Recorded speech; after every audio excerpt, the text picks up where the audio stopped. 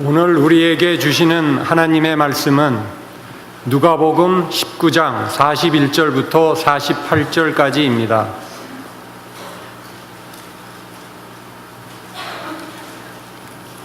가까이 오사 성을 보시고 우시며 이르시되 너도 오늘 평화에 관한 일을 알았더라면 좋을 뻔하였거니와 지금 내 눈에 숨겨졌도다.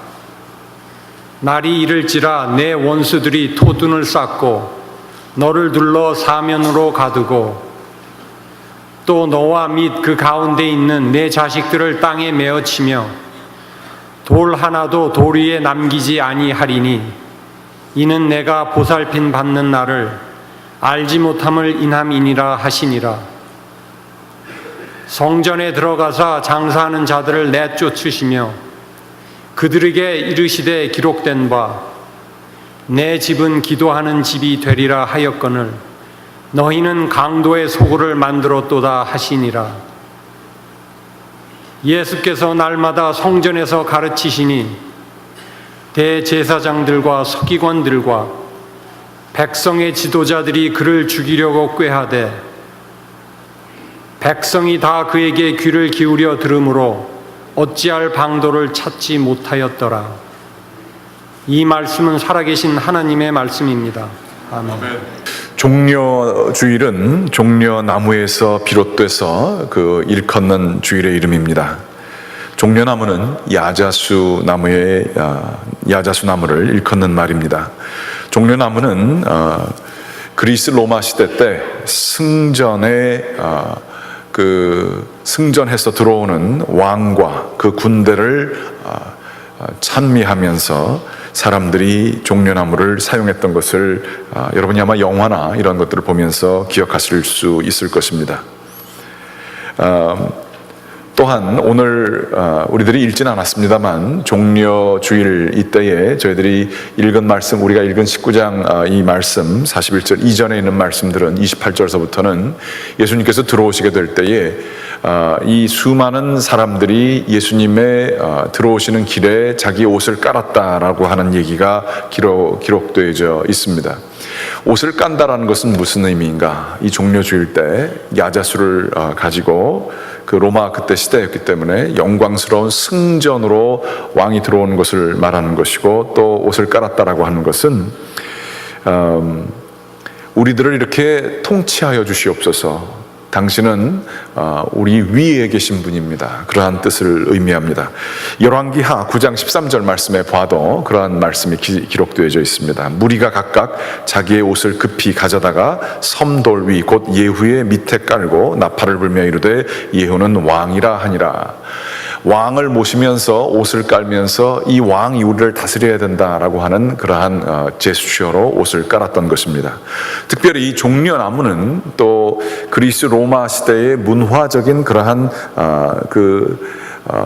승전해서 입성하게 되는 때 사용되어지기도 하였지만 초막절에 사용되어진 것이 종려나무입니다. 레위기 23장 40절 말씀에 보게 되면 첫날에는 너희가 아름다운 나무 실과와 종려나무 가지와 무성한 나무 가지와 신의 버들을 취하여 너희의 하나님 여호와 앞에서 이레 동안 즐거워할 것이라, 이렇게 기록하고 있습니다. 초막절에 종려나무 가지를 사용했는데요, 초막절이 무엇이냐? 그것은 바로 출애굽하게 될 때에 사막에서 사람들이 40년을 지내지 않았습니까? 사막에서 지내던 시절을 기억하는 게 초막절입니다. 그래서 사막에서 초막을 짓고 지냈던 것처럼 이 사람들이 초막을 그 당시에 짓고 7일 동안 자기네들을 광야에서 구원하신 하나님을 찬양하는 게 초막절입니다. 그게 유대교의 지금도 절기여서 이 초막절을 열심히 사람들이 지킵니다. 그때 등장하는 게 종려나무이기도 합니다. 즉 종려나무는 승전의 상징이요, 왕을 환영하는 방식이요, 자기네들을 어려움에서 구원하신 그분을 영광스럽게 하는 데에 사용되어졌던 것이 종려나무였다, 이렇게 볼 수 있습니다. 예수님께서 예루살렘에 들어오시게 될 때에 그러한 왕의 입성으로 사람들이 환영했던 것을 볼 수가 있습니다. 그런데 매우 이상한 것은 예수 그리스도를 영광되게 하는 그 장면 중에 잘 안 맞는 게 있습니다. 그것은 바로 예수님이 멋있는 말을 타고 전차를 타고 아주 그 위험 있는 모습으로 들어와셔야 되는데 아주 참 그 상황에 안 맞는 것이 나귀를 타고 오셨다는 얘기입니다. 이 말씀은 스가랴서 9장 9절에 있는 말씀에서부터 기원된 것인데요. 시온에 따라 크게 기뻐할지어다, 예루살렘에 따라 즐거이 부를지어다. 보라, 내 왕이 내게 임하시나니 그는 공의로우시며 구원을 베푸시며 겸손하여서, 이렇게 성경이 기록하고 있습니다. 겸손하여서 나귀를 타고 오시나니, 나귀의 작은 것 곧 나귀도 작은 새끼를 타고 오셨다, 이렇게 기록되고 있습니다. 왕이 나귀를 탄다라는 표현은 이 스가랴서 이외에는 전혀 나오지 않고요, 예수 그리스도는 구약의 예언을 성취하시는 분으로서 나귀 새끼를 타고 여기에 들어오시는 것을 볼 수가 있습니다. 겸손의 상징으로서의 예수님은 그리하여 왕으로 오시지만 겸손하고 섬기는 자로 오시는 것을 드러내는 게 이 종려주일에 있었던 상황의 모습이었습니다. 바로 겸손한 왕, 역설적이지만 기독교의 참된 진리, servant leadership이라고 그러죠. 낮아져서 종이 되지만 종의 모습으로 사람을 이끄는 지도력, 이것이 바로 예수 그리스도의 나귀를 타고 들어오시는 종려주일에 있었던 모습이라, 이렇게 볼 수가 있습니다.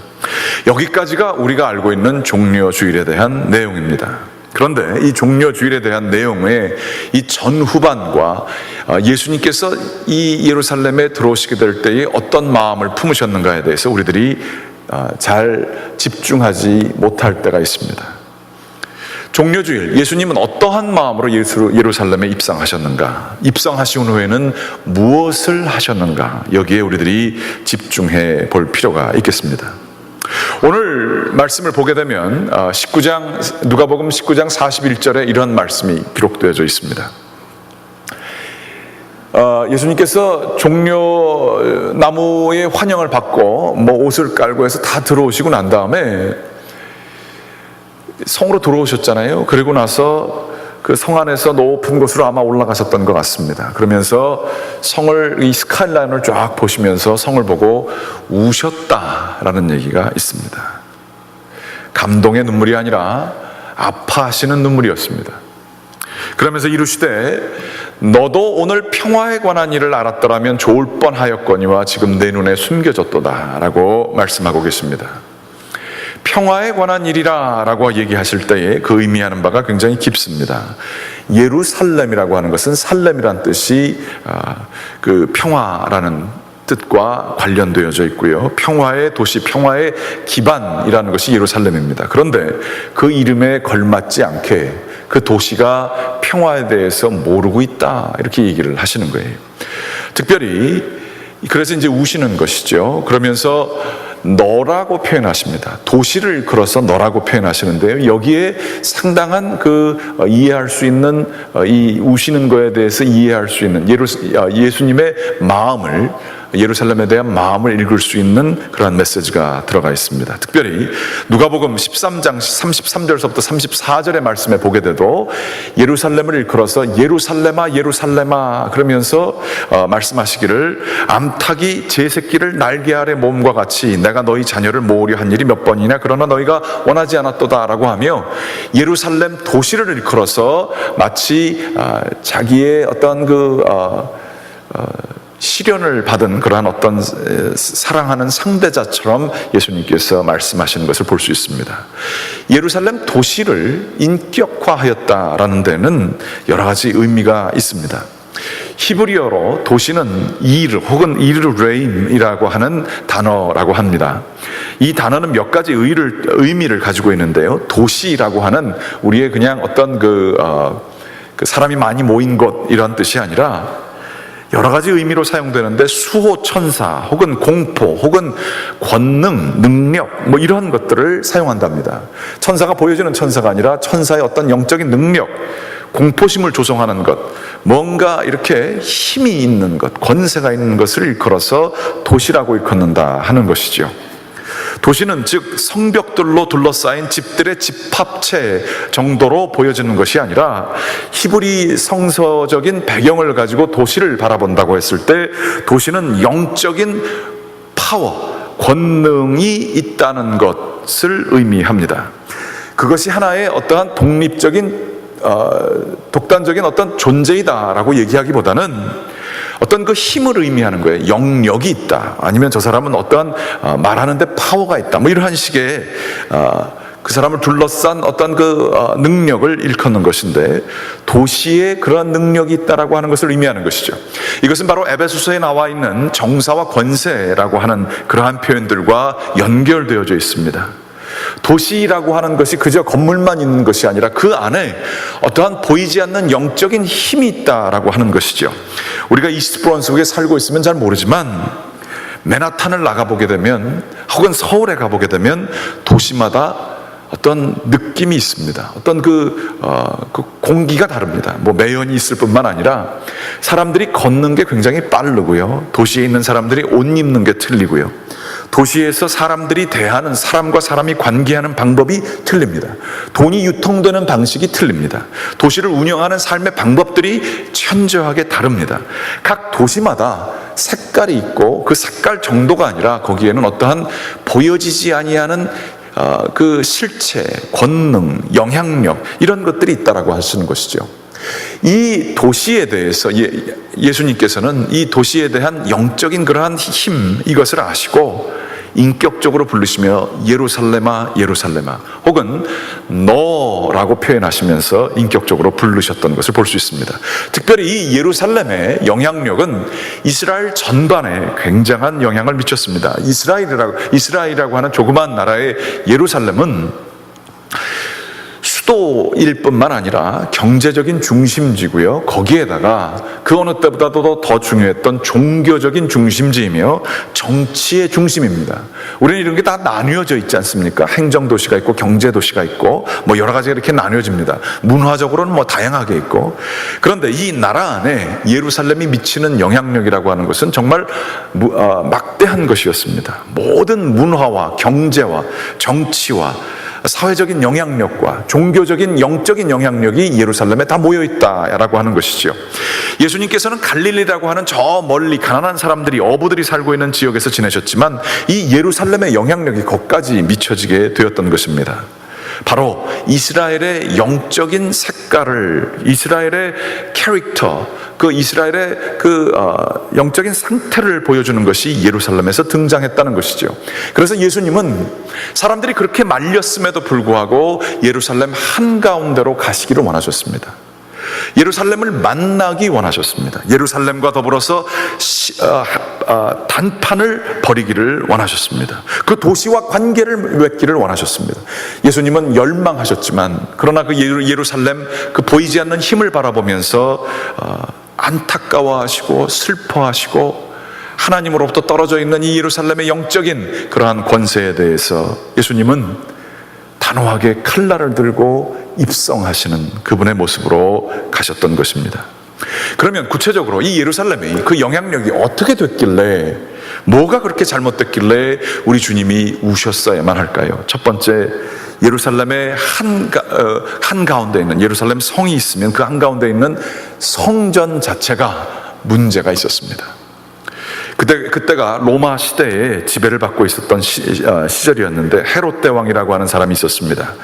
헤롯 대왕은 이스라엘 사람이 아니었습니다. 에돔 사람으로서 이방인이었죠. 그러니까 말하자면 우리 한국에 일본 사람이나 필리핀 사람이나 중국 사람이 왕이 된 것과 마찬가지입니다. 사람들이 얼마나 무시하겠습니까? 이 미국에서도 오바마 대통령이 흑인으로 대통령이 됐을 때 그러한 것들이 문제가 되지 않았습니까? 그런 것처럼 헤롯은 끊임없이 사람들에게 왕권을 인정받지 못하는 상황 속에 있었습니다. 이때에 헤롯은 굉장히 건축 기술이 있고 여러 가지로 교활하기 짝이 없는 그러한 사람이었습니다. 이 사람이 한 것이 무엇이냐? 로마 세력에 편승하여 그들이 기뻐할 만한 것들을 다 해주는 그러한 역할을 감당했습니다. 그래야 자기의 권력이 보장받기 때문에 그렇다는 것이죠. 어떻게 했을까요? 로마의 원형 경기장을 이스라엘 안에 아주 멋있게 크게 큰 사이즈로 잘 지었습니다. 이스라엘 곳곳마다 로마의 문화를 적극적으로 도입하는 일들을 헤롯 왕이 하게 되었습니다. 그러면 여러분, 우리가 생각하기에 그러면 이스라엘 사람들이 더 반발할 것 같지 않습니까? 이것을 잠재우기 위해서 헤롯 왕이 한 게 있으니 그것이 바로 성전을 재건한 거였습니다. 솔로몬의 성전보다도 2배 이상 큰 성전을 지으며 느헤미야의 성벽 재건을 마치 이루기라도 하듯이, 이스라엘의 자존심을 살리기라도 하듯이 성벽을 졌고, 성서에 보게 되면 제자들이 그 성전에 가보게 됐을 때 눈이 휘둥그레져 가지고 그것들을 바라보고 있었던 얘기가 나옵니다. 그때 예수 그리스도께서 이 예루살렘 성벽이 무너질 것을 그들에게 예언하시지요.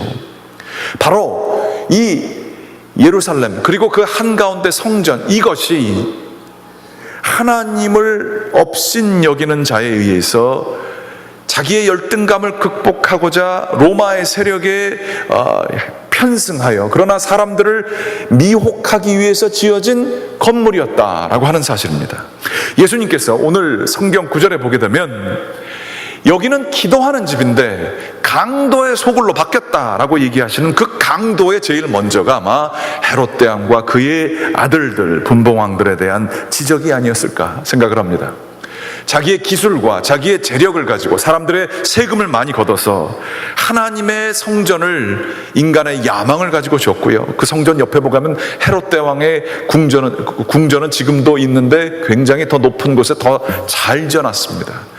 이러한 어긋나져 버린 영적인 상황, 예루살렘의 그 영향력이 이렇게 로마 제국과 그 하나님을 모르는 사람의 그 찬탈을 통해서 이루어진 상황을 예수님께서는 아파하셨던 것을 볼 수 있습니다. 그러면 헤롯 대왕만 나빴느냐? 그렇지 않습니다. 예루살렘 한가운데에 성전 바로 옆에 산헤드린 공의회라고 있었습니다. 거기에는 제사장들로 이루어진, 즉 사두개파 사람들로 이루어진 그러한 거기에 그 지도 최고 결정위원회였었는데요. 이 사람들이 제사장으로서 성전을 유지하고 종교적인 전통을 유지하는 사람들이어야 할 것이고, 하나님 앞에서 바로 사는 것을 정말 전념해야 될 사람들일 텐데, 이 사람들은 로마 제국에 얼핏 잘못만 하게 되면 성전도 무너지게 되고 자기네들의 그 지위도 다 무너지게 될 것을 알고 있었습니다. 그래야 자신들의 위치와 사회적인 위치와 종교적인 위치, 경제적인 이익을 보장받기 위해서 이 사람들은 로마 제국에 아주 협조하는 사람이 되어버렸습니다. 협력적인 지지자들이 되어버린 것이죠. 이스라엘의 최고 결정 기구가 이렇게 제사장인이들이라고 하는 종교적인 지도자들이 힘과 권력의 노예가 되어 오히려 협조자가 되어 적극적으로 도와줬던 이 상황, 아주 암울하기 짝이 없는 상황이었던 것이죠. 사두개파 사람들에 대항하는 사람들이 바리새파 사람들이었는데, 이 사람들은 평신도 개혁운동을 했던 사람들입니다. 그런데 이들도 자기들이 이 율법을 이야기하며 자신들의 입지를 구하고자 했을 때 예수님은 바리새파 사람들도 아주 비판하셔서 사두개파와 바리새파 사람들이 서로 반목하고 있는 상황 속에 이들이 그 어느 때와는 달리 예수 그리스도를 처형하기 위하여 연합했던 것을 볼 수 있습니다. 이렇게 그 성전을 지켜야 되는 사람들도 타락하고 그것을 개혁한다는 사람들도 타락해버린 이 상황을 눈물을 흘리시면서 바라보셨던 분이 우리의 하나님, 우리의 예수 그리스도였던 것을 볼 수가 있습니다. 그러면 이러한 사람들의 타락과 성전 건물의 그 오용, 이런 것뿐만 아니라 성전 자체의 기능, 그리고 거기에 참여하는 사람들도 굉장히 문제가 있었다는 사실입니다. 6월절이나 그러한 축제 기간이 되게 되면 이 제사, 희생 제사를 드리기 위해서 어린 양을 제물로 바쳤는데 18,000마리, 말이 18,000이지 그걸 이렇게 쫙 깔아놓으면 그냥 하얗게 그냥 끝이 안 보였을 겁니다. 그것도 1년 된 거, 아주 그 어린 양들을 잘 기르는 것들을 제물로 바쳤어요. 그러면 그것들만 키우려면 다른 것들은 또 더 많이 있었을 거란 말이죠. 말하자면 성전의 희생제사 제도를 지키기 위해서 임시 가축 수용장이 굉장히 옆에 큰 것이 있을 것이고 도살장이 큰 것이 있었을 것이라는 것입니다. 그리고 그것을 사람들이 가져오기가 힘들어서 성전에서 그것을 판매했던 것이고요. 그래서 거기에는 엄청난 많은 경제적인 유통이 일어나고 있었다 하는 것입니다. 이 명절 때에는 사람들이, 그 도시에 사는 사람들의 3-4배 되는 사람들이 몰려왔었고요. 가득 그 성전을 채우고 예루살렘을 채웠던, 그리고 거기에서 모든 상거래가 일어났던 것을 볼 수가 있습니다. 그 와중에 성전은 그 사람들에게 돈을 받고 또한 돈을 빌려주는 은행의 역할도 감당했었습니다. 신용을 가지고 권력이 있는 사람들에게는 돈을 빌려주고 채무 기록을 보관하는 것도 있었고, 토지가 없는 사람들, 그런 사람들에게는 이 담보로 잡힐 게 없으니까 높은 이자를 그렇게 매기는 시스템도 그 성전 안에 다 있었다라고 하는 것이지요. 그러면서 이 성전에 이 세상의 이 돈의 유통과 권력의 유통이 이루어지는 이 모든 것들을 예수 그리스도는 바라보시며 그 가운데 하나님이 없는 것을 보시고 울 수밖에 없지 않으셨겠습니까? 그게 바로 예수님의 안타까운 마음이셨어요. 예루살렘과 그 성전은 가장 거룩한 하나님이 거하시는 곳이 되어야 될 텐데, 모든 사람들의 욕심과 열망과 이 돈들이 뭉친 곳이 그곳이 되어버렸고, 사람들의 정치적인 권력이 그것을 난자하게 되는 상황이 있게 되었다라고 하는 것입니다. 장황하게 이렇게 얘기를 했습니다만, 이걸 보면서 저는 이 말씀을 준비하면서 우리들의 기독교를 보는 것 같아서 너무나 안타까운 마음이 들었었습니다. 저는 한국 기독교를 사랑합니다. 한국 교회의 산물이고 저는 한국 기독교 자체이기도 합니다. 그러므로 이것은 저에 대한 비판이기도 합니다. 교회 안에 정권에 유착된 권력 세력이 있지 않습니까? 순전하지 않은 목적으로 건축에 집착하는 신학이 저희 가운데 있지 않습니까? 정신없이 바쁘게 돌아가지만 하나님이 없는 종교적인 행위가 있지 않습니까? 교회가 마치 기업이 되게 되어 수많은 경제적인 유통이 일어나고 있지만 하나님의 영적인 유통이 막혀져 있는 상황이 저희 가운데 있지 않습니까? 높아야 될 정말로 그 도덕성이 있고 깊어야 될 기독교적인 영성이 있어야만 하건만, 그런 것들이 사람들의 발에 뿌려진 소금과 같이 짓밟히게 된 것이 바로 우리 한국 기독교의 현 주소 아니겠습니까? 이민교회는 다릅니까? 우리들의 입이지요. 다른 사람들이 아니라 우리들의 입에서 나오는 수많은 거룩하지 않은 교회에 대한 비판과 그것이 우리의 현실이기도 하지요. 교회에 대해서 사랑하는 마음을 가지고 비판을 하지만 그 가운데에도 또 욕심이 있는, 평신도 개혁을 운동을 했던 바리새파 사람들과 같은 대안이 없이 그 목소리 자체가 또 교회를 난자하는 목소리가 되고 있는 그 현실이 바로 우리들의 현실이 되지 않겠습니까? 이럴 때에 예수님은 지금 종료주일날 우리 가운데 들어오시면서 우리들이 예배를 드리고 있고 예수님을 찬양한다고 하고 있지만 예수님은 우리를 바라보시면서도 울지 않으셨을까? 교회 안에 있는 그 영적인 권세가 하나님의 영적인 권세가 아니라 세상의 권력과 정치와 경제적인 권세가 자리 잡고 있다라고 한다면, 예루살렘아 예루살렘아 내가 너를 위하여 품으려고 했지만 너가 나를 거절했다라고 하는 이 음성이 지금도 저희가 듣게 되는 음성이 되지 않겠습니까? 그러나 한국 교회가 다른 사람입니까? 저희 자신입니다.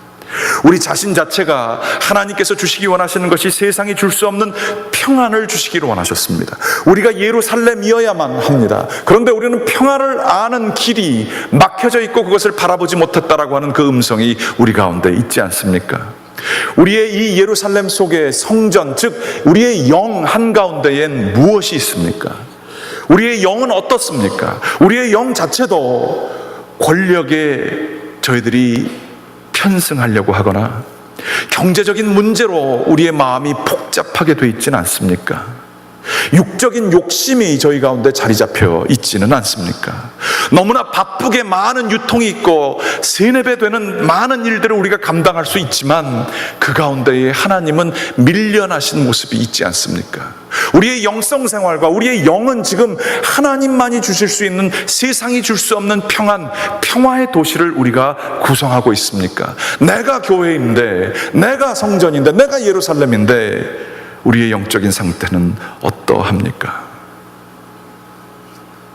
종료주일이 결코 기뻐할 만한 주일이 되지 않는 것 같습니다. 종료주일날 예수 그리스도는 성전에 들어오셔서 성전을 보시고 우시며 성전 숙청을 하시고 성전 안에 있는 모든 것들 위에 멸망을 예고하셨습니다. 이렇게 하다가는 너희는 돌 위에 돌 하나도 남지 않게 되는 폐허가 되게 될 것이다. 그것은 우리를 향한 예수님의 심판의 메시지가 될 수도 있는 것입니다. 그러나 예수님은 사랑의 채찍을 가지고 성전을 숙청하시면서 말씀하시기를, 오늘 나와 있는 말씀입니다. 46절에 내 집은 기도하는 집이다 라고 말씀을 전하고 계십니다. 여기서 중요한 것은요, 예수님이 이 성전을 일컬어서 내 집이라고 하셨다는 겁니다. 예수님의 주권, 이 집은 내 집이다, 하나님의 집이다, 내 집이다 라고 얘기하셨다는 사실인 것입니다. 제사장과 서기관과 지도자들이 기분이 나빠서 그를 죽이려고 했다라고 하는 얘기가 있습니다. 이들이 자기들이 주인인 줄 알았었어요. 그런데 기분 나쁜 거죠. 예수님이 갑자기 오셔서 내가 주인이라고 하시면서 가구를 재배치하시는 겁니다. 집안에 들어와서 이거 집 이렇게 하면 안 된다라고 하시면서 집안 구조를 다 바꿔버리시는 겁니다. 틀렸다라고 하시는 거예요. 너희가 평안을 알지 못하는구나. 이 집은 하나님의 집이고 하나님만이 거하셔야 되는 집인데, 기도하는 집인데, 하나님과의 교류가 있어야 되는 집인데, 이 영혼이, 너의 가장 중심이 욕심으로 가득 찼고 비진리로 가득 찼고 자아의 충만함으로 복잡하긴 하지만 평안이 없구나.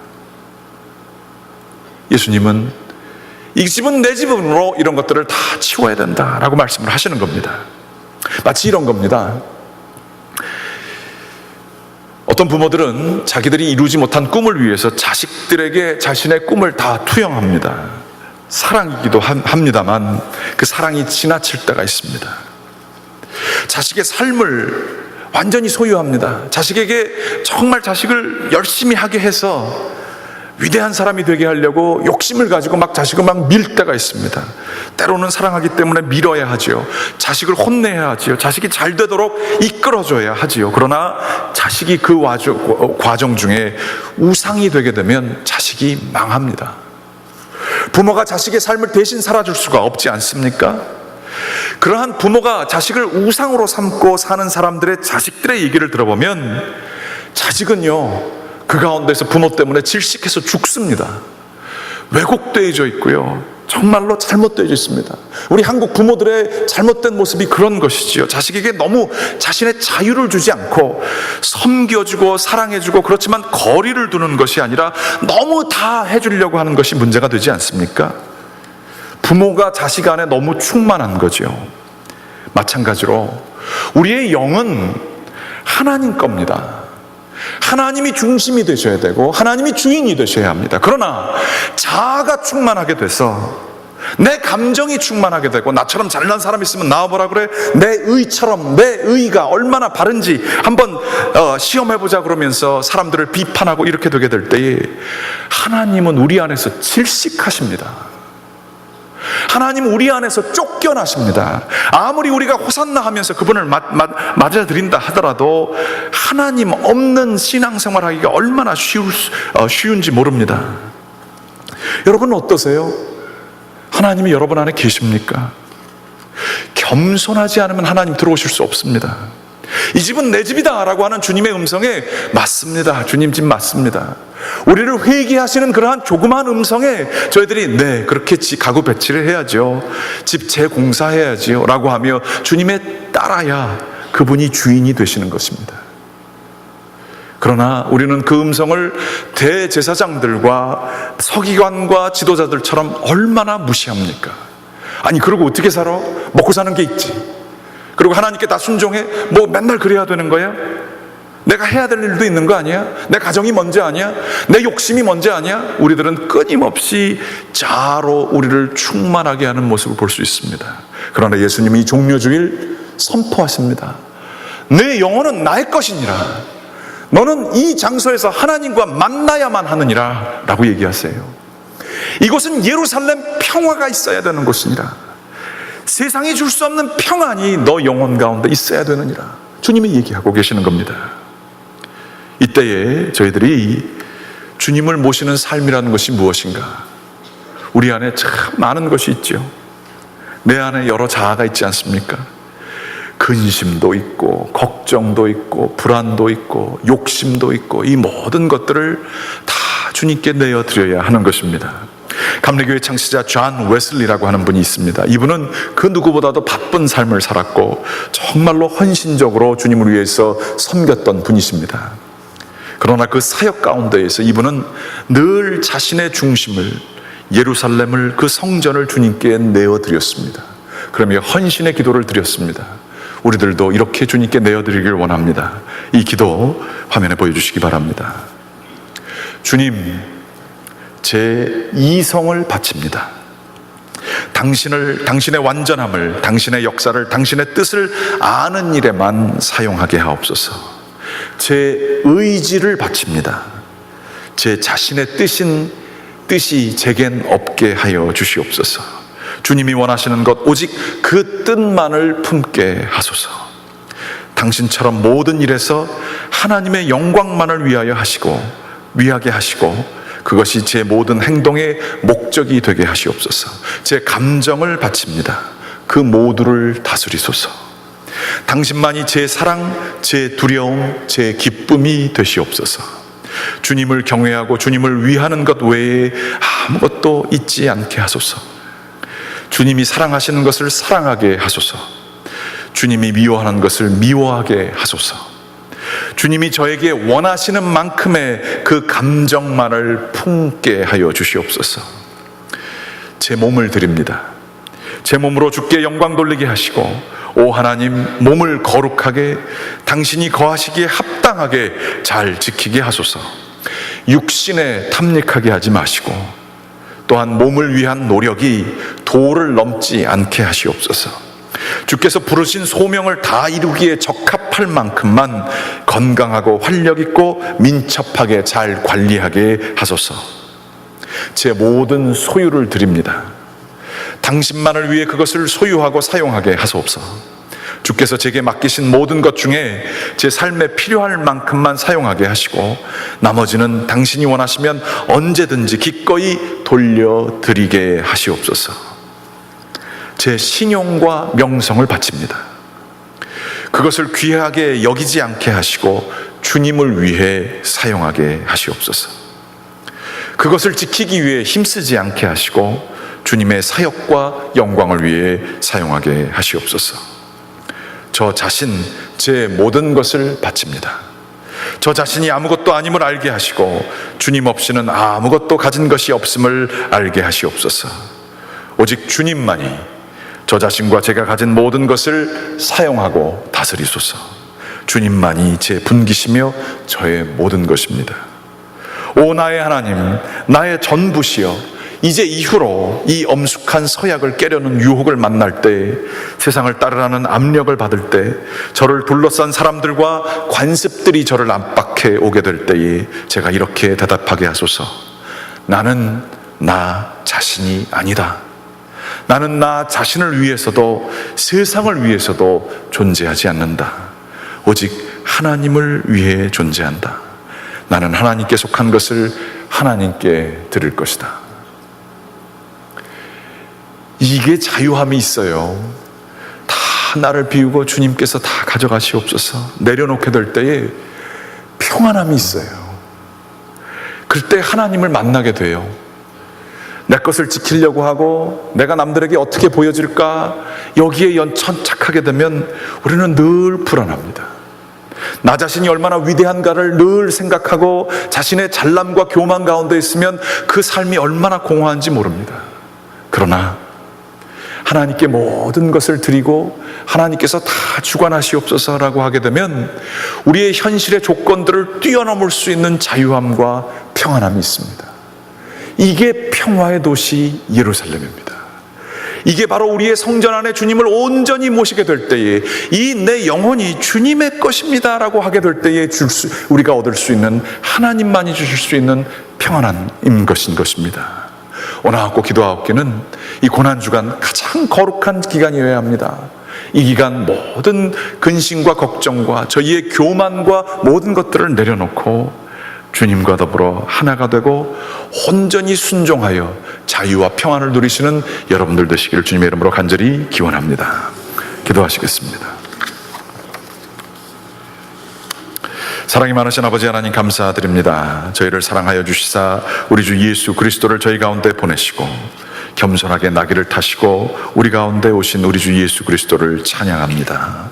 주여, 주님께서 저희에게 자리를 비우라 하시고 저희를 회개시킬 때에 겸손히 자리를 내어드리고 주님이 주인 되시도록 모셔드리는 깨어있는 신앙인들 될 수 있도록 인도하여 주시옵소서. 이 종려주일 온전히 주님 앞에 나아가게 하시고 주님 저희를 주장하여 주시옵소서. 이 모든 말씀 예수 그리스도의 이름으로 기도드렸습니다. 아멘. 다 같이 일어나셔서